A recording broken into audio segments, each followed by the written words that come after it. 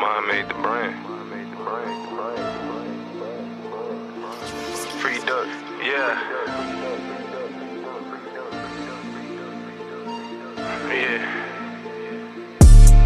I can't stop, I got a grind tryna make it to the top. They looking at me like I'm crazy, man, yeah, maybe, but I'm amazing. God made me who I am. Yeah, you know I'm him. Yeah, I'm a king, not a pimp. Driving straight to the rim. No, I can't stop, I'm just me. In the game TV, I am in here with Maeva, and this is Modern Tribe Bookstore in Killeen, Texas.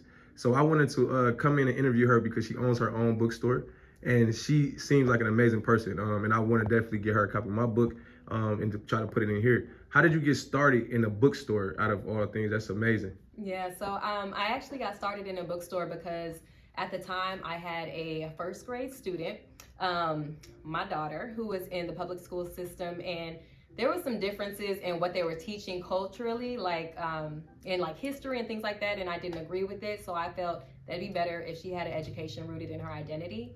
And so that led me to not being able to find the resources that I needed. So I was like, you know what?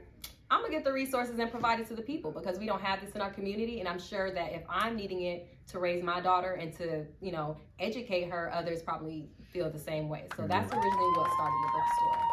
That's true. Okay, they definitely need it, and that's a good resource. Yeah. So I will ask you, how would you tell somebody to like that's trying to get into the business of starting a bookstore? What do you think that process would start like? What would it look like? Mm-hmm. Well, first, I think that the why is the most important thing. My why was because of my daughter, and that extended out to others who may be, you know, needing that same void to be filled. They don't have the resources. They are not being educated to deal with the world from a position of power. It's more like a dependency. So my why was deeply rooted in the people and in my family. And so I would first go for the why because it's not the most profitable business. So you got to love it. Because if not, you're going to be like, oh, nah, I ain't making no money here. You know, so it really has to be like a purpose and people driven type of deal, type of relationship, you know? And the more like people that you meet, the more people come through and over time. Of course. Somebody just actually told me today, I just was met a guy, he owned like this business where he redo hard drives, and he said like the first 2 years of a business is what's going to determine how long it lasts, and it's going to be the struggle that's going to keep you going. Right. Like it's a beautiful struggle, you know. Like Talib Kweli said, that's like my favorite artist, but I always say that the bookstore is my beautiful struggle. So what? The first question I'm gonna ask you is, because I'm very big on God. What is your belief system, if you have one, and do you believe in God?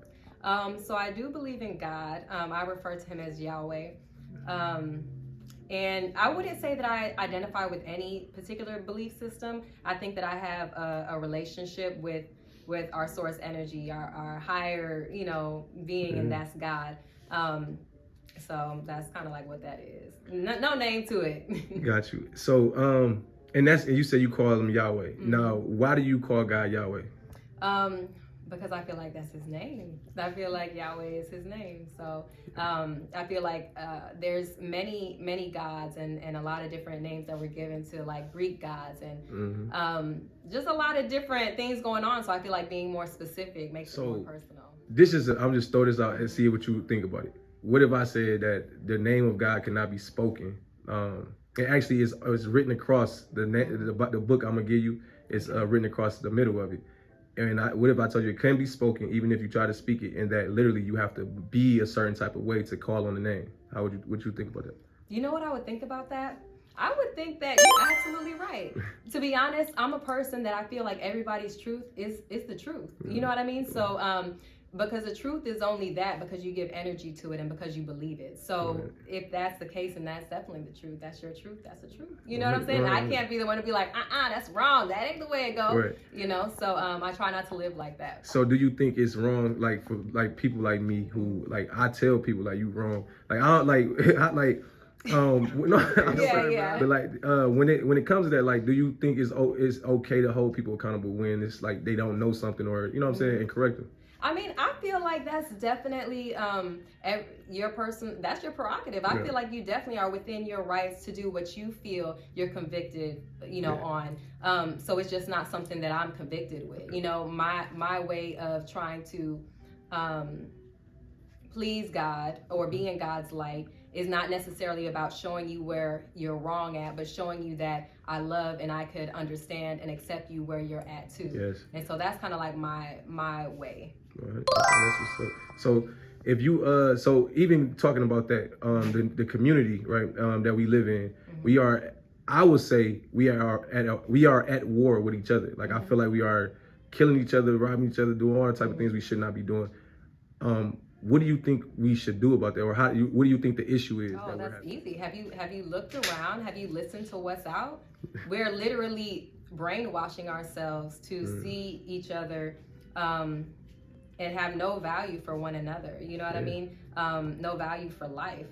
So I feel like it just goes into the things that we're listening to, the images that we're bombarding ourselves with. You have to change that. You got to get into the mind. We're literally singing about our own destructive behavior. As a matter of fact, we're flocking to it. You know what I mean? We're flocking to destruction like, man, a moth to a flame. We're constantly trying to get out of our own reality. We want to be under the influence of something constantly. So we have to take a look back like, dang, like, why am I not just creating a reality that's comfortable and that's healthy for me? Why am I constantly trying to run away through all these different avenues? It's just the mind, and so we have to be mindful of what we're taking in, because our subconscious is taking note of that and is acting on our behalf.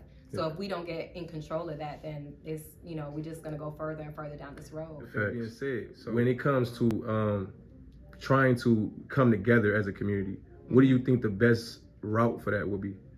I think the best route for that would be understanding that everybody can't come. So I feel like once we start or stop trying to be extra inclusive, you know what I mean? Then maybe wherever we're at, we'll be able to make some headway. I think you have to understand that you're not going to be a part of everybody's assignment and vice versa. So we don't have to focus on who is not, like on the same page as us. The people who come, then you focus on that and you move, you know what I mean, towards your journey, your path or whatever to a better way of being. And then eventually along their life, they'll find the people that are going to take them to their next level and higher self. So I think that once we understand that, we could focus on the people who are there right then. And I believe this concept that there's this thing, like have you ever heard of like the Hebrew Israelites, the black Hebrew Israelites? They go around, I disagree with these people a lot. They wrong, like they wrong. And like they say that's a different bunch. And I actually have had actual conversations with them, actually on an app called Clubhouse. Everybody can have like a big conversation, and we argue about whether or not white people and black people should all be saved and can be saved. And they don't believe white people can be saved.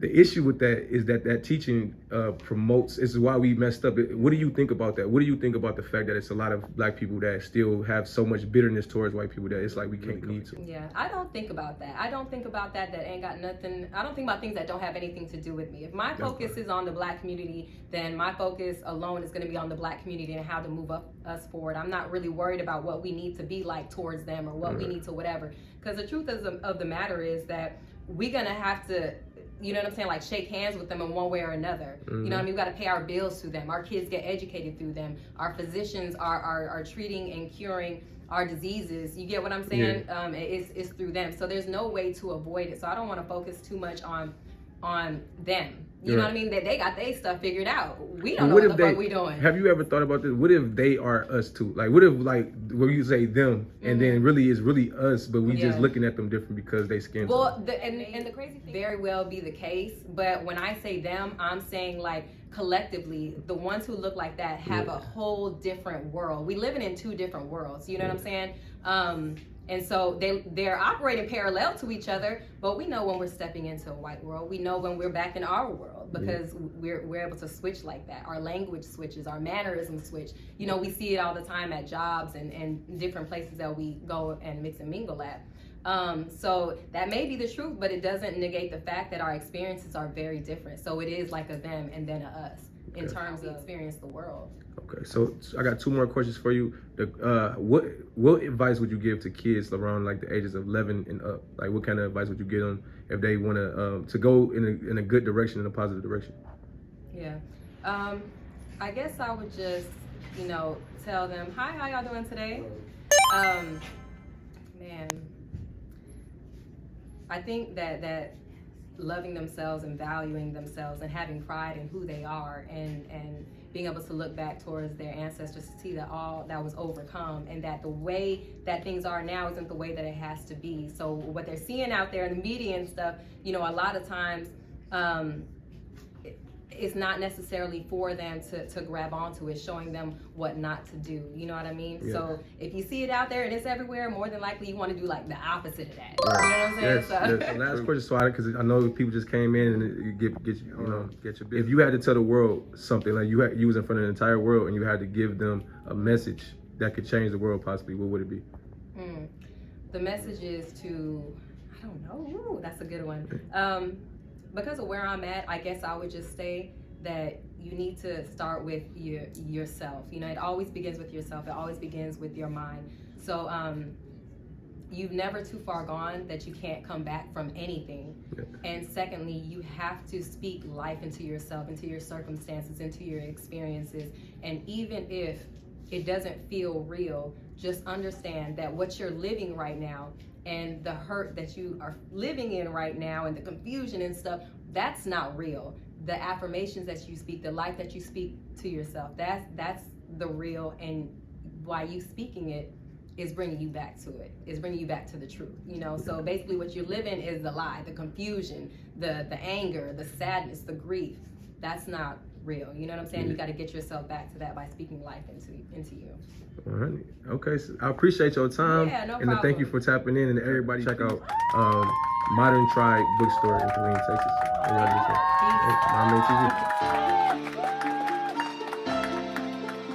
Mom made the brand.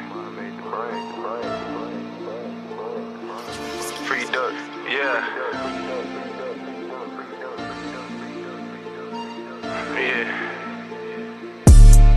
I can't stop, I got a grind tryna make it to the top. They looking at me like I'm crazy, man, yeah, maybe, but I'm amazing. God made me who I am, yeah, I'm him. Yeah, I'm a king, not a pimp. Driving straight to the rim, no, I can't stop, I'm just me, and the game just